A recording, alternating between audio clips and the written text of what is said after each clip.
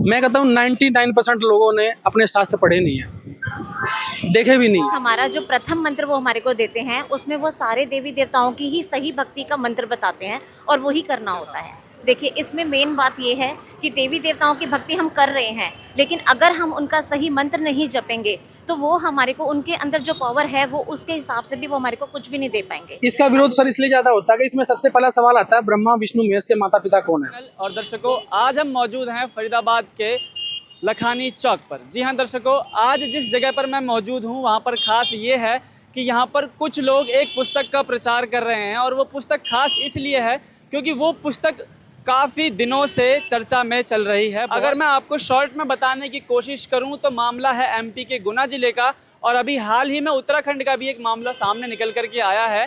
MP में जो हुआ था, वहां पर जो लोग इस पुस्तकों का प्रचार कर रहे थे, जो लोग इन बुक्स का प्रचार कर रहे थे, उनके साथ में मारपीट भी करी गई और यहाँ तक कि अभद्र व्यवहार भी करा गया। और अगर मैं बात करूं आपसे उत्तराखंड के मामले की, तो उत्तराखंड के मामले में क्या हुआ, एक व्यक्ति ने जिसका नाम था हिमांशु जोशी, उसने इस पुस्तक को खोल करके दिखाया और ये भी दिखाया कि इसमें क्या क्या जो टिप्पणियां करी गई हैं वो किस प्रकार से हिंदू समाज को खतरे में डालती हैं। आइए जानते हैं कि क्या है वास्तव में असली सच, और जानेंगे इन्हीं लोगों से कि क्या है मामले का असली सच। ये बताइए, जिस पुस्तक का आप प्रचार कर रहे हैं इस पे लिखा हुआ है ज्ञान गंगा।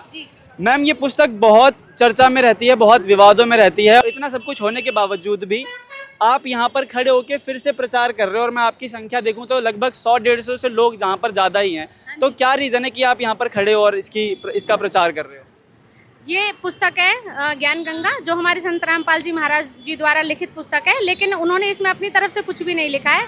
जो भी लिखा है हमारे वेद और पुराण के आधार पे, कुछ जो हम बुक नहीं पढ़ पाते हैं उनकी छोटी छोटी चीज़ें इस बुक में दी गई हैं। और विवादित इसलिए क्योंकि कोई भी अच्छाई होती है उसको ऊपर लाने के लिए विवाद तो खड़ा होता ही है, चाहे आप किसी भी चीज़ को देख लीजिए। जनरली लोगों के विचारों में ये सुनने के लिए मिलता है कि जो संत रामपाल जी महाराज है वो हिंदू विरोधी हैं।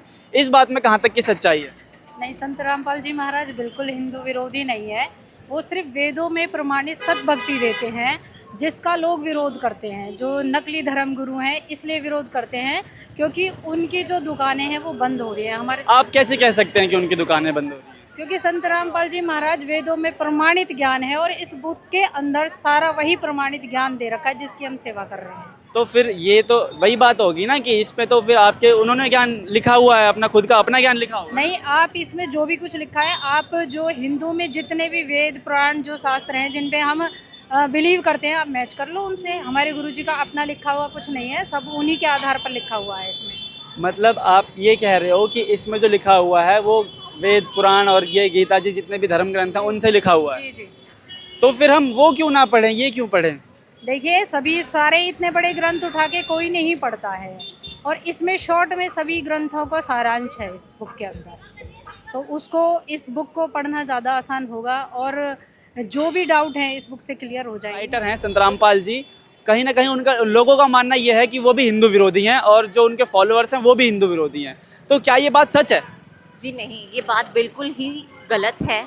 सही बात तो ये है कि संत रामपाल जी महाराज हमें सभी देवताओं की भक्ति करवाते हैं। हमारा जो प्रथम मंत्र वो हमारे को देते हैं, उसमें वो सारे देवी देवताओं की ही सही भक्ति का मंत्र बताते हैं और वही करना होता है। सभी देवताओं की भक्ति तो नॉर्मल आमजन समाज भी कर रहा है, तो फिर इसमें खास क्या था? देखिए, इसमें मेन बात ये है कि देवी देवताओं की भक्ति हम कर रहे हैं, लेकिन अगर हम उनका सही मंत्र नहीं जपेंगे तो वो हमारे को, उनके अंदर जो पावर है वो उसके हिसाब से भी वो हमारे को कुछ भी नहीं दे पाएंगे।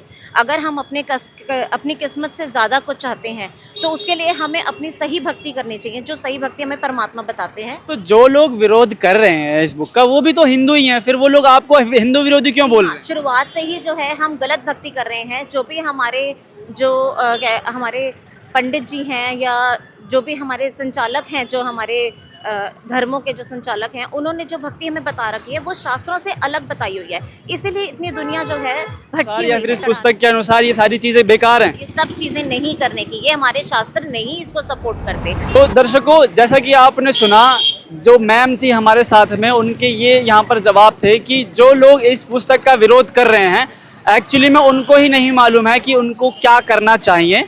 जो सही भक्ति विधि है इनके अकॉर्डिंग इस बुक में लिखी हुई है, और इनका ये भी कहना है कि जो भक्ति विधि इस बुक में लिखी हुई है वो हमारे शास्त्रों के अनुसार है, यानी कि जो हमारे गीता कहती है, जो हमारे वेद कहते हैं, जो हमारे कहीं ना कहीं पुराण भी जो भक्ति विधि कन्वे कर रहे हैं, वही भक्ति विधि इस बुक में लिखी हुई है, ऐसा यहाँ पर इन प्रचारकों का कहना है। अभी आपको और भी कई हम अच्छे खुलासे करने वाले हैं इस वीडियो के माध्यम से, और कुछ ऐसी वजह भी आपको बताएंगे जिससे ये पुस्तक जो है वो हमेशा विवादों में रहती है। क्या नाम है आपका? आकाश दास। आकाश जी, ये आप पुस्तक का प्रचार कर रहे हैं ज्ञान गंगा, ये आपने खुद पढ़ी हुई है? हाँ बिल्कुल पढ़ी है। पहले तो हमारे पापा जी ने हमको सुनाई थी, फिर हमने भी खुद पढ़ी है इसमें। तो थोड़ा आप शॉर्ट में बता सकते हो इसमें क्या लिखा हुआ है और क्या ज्ञान है इसका इसमें, क्योंकि इस पुस्तक का बहुत विरोध होता है। इस पुस्तक का नाम ज्ञान गंगा है। मूल उद्देश्य इसका यही है, जीव हमारी जाति है, मानव धर्म हमारा, हिंदू मुस्लिम सिख ईसाई धर्म नहीं को न्यारा। और मूल जो इसमें जो प्रश्न है, इन सभी प्रश्नों के उत्तर मिलते हैं। जैसे आप देखेंगे, कुल का मालिक और वह मानव दृश्य है। मतलब कि सभी लोग कहते हैं कि परमात्मा एक है, आखिर वो है कौन एक, आप इसमें जानेंगे, वो भी वेदों से प्रमाणित इसमें तथ्यों के अकॉर्डिंग आप जानेंगे कि वो कुल का मालिक एक कौन है।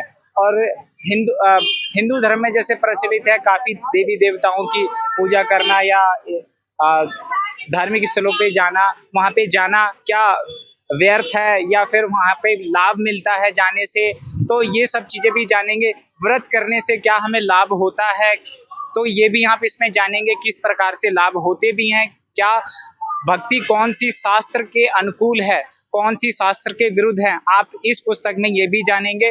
और हमें मनुष्य जीवन क्यों मिला है और कैसे क्या करना चाहिए, हमें भक्ति किस तरीके से करनी चाहिए, वो आप इस पुस्तक में जानेंगे। इसका विरोध सर इसलिए ज्यादा होता है कि इसमें सबसे पहला सवाल आता है, ब्रह्मा विष्णु महेश के माता पिता कौन है।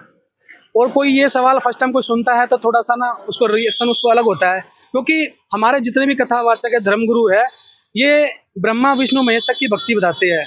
ये ब्रह्मा विष्णु महेश 3 लोक के भगवान हैं, इनको त्रिलोकीनाथ भी कहते हैं। लेकिन एक असंख्य ब्रह्मांड का मालिक है जिसे पूर्ण परमात्मा कहते हैं। जैसे गीता में 3 भगवान बताए गए हैं, 3 भगवानों के 3 मंत्र बताए हैं, ओम तत्सत। और यही 3 भगवान है, 3 प्रकार की इनकी भक्ति है, 3 प्रकार के इनके मंत्र साधना है। और हमारे गुरुजी वो पूर्ण परमात्मा की भक्ति बताते हैं। और ये जितने भी कथावाचक है, ये 3 लोक की भक्ति बताते हैं। वो ये कहते हैं कि ये पूर्ण परमात्मा है, ब्रह्मा विष्णु महेश ही पूर्ण परमात्मा है।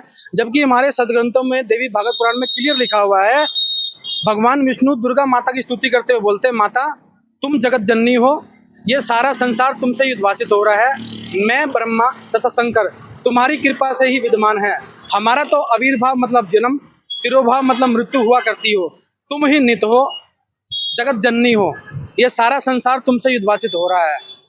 और जब हमारे सदग्रंथ में खुद भगवान विष्णु जी कह रहे हैं कि हमारा आविर्भाव मतलब जन्म तिरोभाव, तो क्या आप फिर मतलब जब आप बता रहे हो ये सब, तो आप ब्रह्मा विष्णु महेश जी की भक्ति नहीं करते? बिल्कुल सर, हम बिल्कुल उनकी साधना करते हैं। लेकिन लोग तो कहते हैं कि आपके गुरुजी ब्रह्मा विष्णु महेश की भक्ति छुड़वा देते। नहीं सर, देखिए जिसने संत रामपाल जी महाराज जी से नाम दीक्षा ले रखी है, सबसे पहले हमारे गुरुजी कहते हैं कि हमारे शरीर के अंदर हमारे कमल बने हुए हैं, उन कमलों में इन देवताओं का निवास है। तो मैं कहता हूँ 99% लोगों ने अपने शास्त्र पढ़े नहीं है, देखे भी नहीं है, तो उनके बारे में क्या लिखा, उन्हें क्या पता।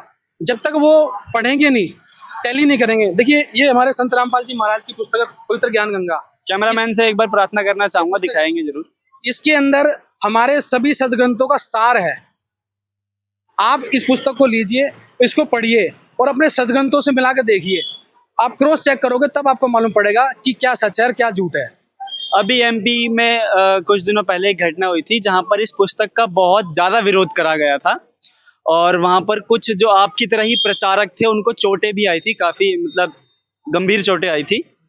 उस घटना के बावजूद भी आप सेम इसी पुस्तक का प्रचार कर रहे हैं, और मैं देख रहा हूँ कि यहाँ पर उससे भी ज्यादा लोग हैं। क्या कारण है इसका कि आप मतलब फिर से इसी पुस्तक का प्रचार कर रहे हैं? सर हमारे धर्मगुरुओं ने हमें मिसगाइड कर रखा था, मैं भी वैसा था, मैं भी नहीं मानता था। किसी भाई ने मेरे को पुस्तक दी, मैंने बोला यार तू ये धर्म विरोधी है, तू हिंदू नहीं है, तू ऐसी पुस्तक क्यों बांट रहा है। उन्होंने बोला कि आप इसको पढ़ के देखो, अपने शास्त्रों से इसका मिलान करो, जब आप इसके शास्त्रों से मिलान करोगे तब आपको सच्चाई मालूम पड़ेगी, सच्चाई क्या है। तो मैंने ले ली पुस्तक और पढ़ के देखी और अपने शास्त्रों से मिला के देखा गीता क्या बोलती है, हमारे वेद क्या कहते हैं, हमारे कथावाचक जितने भी ये कहते हैं कि हमारी कि भक्ति करने से पाप कर्मों का नाश नहीं होता। हमारे पवित्र वेदों में क्लियर लिखा हुआ है परमात्मा अपने साधक की घोर से घोर पाप का नाश कर सकते हैं। तो उन्होंने क्या वेद पढ़े, ये क्या बताते हैं फिर उसके बारे में, और उस भक्ति का फायदा ही क्या जिससे पाप कर्म नाश नहीं हो सकते हो। तो दर्शकों, जैसा कि अभी हमने बहुत सारे लोगों से बात करके देखी, बहुत सारे जो पुस्तक प्रचारक थे उन लोगों से बात करके देखी, और यहाँ पर उनके विचार जानने के बाद में हमको ये समझ में आया कि जो भी वो घटना थी जो एमपी के गुना में हुई थी, वहां पर जो संपूर्ण घटना थी वो या तो लोगों को भड़काया गया था इसके खिलाफ, या फिर लोगों को गलत इंफॉर्मेशन दे करके एक तरीके की साजिश रची गई थी। कहीं ना कहीं ये जो सारी चीजें हैं ये पहले से ही सोची गई थी, समझी गई थी, एक साजिश थी। क्योंकि ऐसा कहीं नहीं होता कि अगर आपके साथ में कोई दुष्व्यवहार हो रहा हो और फिर आप जाओ कहीं पर रिपोर्ट लिखवाना और आपकी रिपोर्ट भी ना लिखी जाए, तो कहीं ना कहीं यहाँ पर हम ये कह सकते हैं कि ये जो है ये एक प्रशासनिक दबाव था, और प्रशासनिक दबाव भी उन लोगों का ही था जिन लोगों की यहाँ पर दुकानें बंद हो रही हैं, जिन लोगों के यहाँ पर जो जितने भी वो जो चीजें कर रहे हैं, कंटिन्यूअस गलत ज्ञान का प्रचार कर रहे हैं, उन लोगों का जो ये पूरा तमाम तरीके से जो इन्होंने पूरी तरीके से संचालन जो कर रहे हैं अपनी, इन्होंने आश्रम खोल रखे हैं बड़े बड़े और अपनी चीजों को जिस तरीके से प्रमोट कर रहे हैं, ये जो सत्य ज्ञान है कहीं ना कहीं उस चीज को अफेक्ट कर रहा है। तो ये हमारी आज की एक खास रिपोर्ट थी। बाकी आपके कोई भी सुझाव हो या फिर आपका कोई भी इस चीज से जुड़ा हुआ सवाल हो तो कमेंट के माध्यम से आप हमसे जरूर पूछ सकते हैं। सो ऐसे ही और खबरों को देखने के लिए या फिर सच्चाई की तह तक जाने के लिए जुड़े रहिए हमसे। आप देख रहे हैं SC न्यूज, मैं हूं अनीश कुमार, कैमरामैन गोविंद के साथ में। धन्यवाद।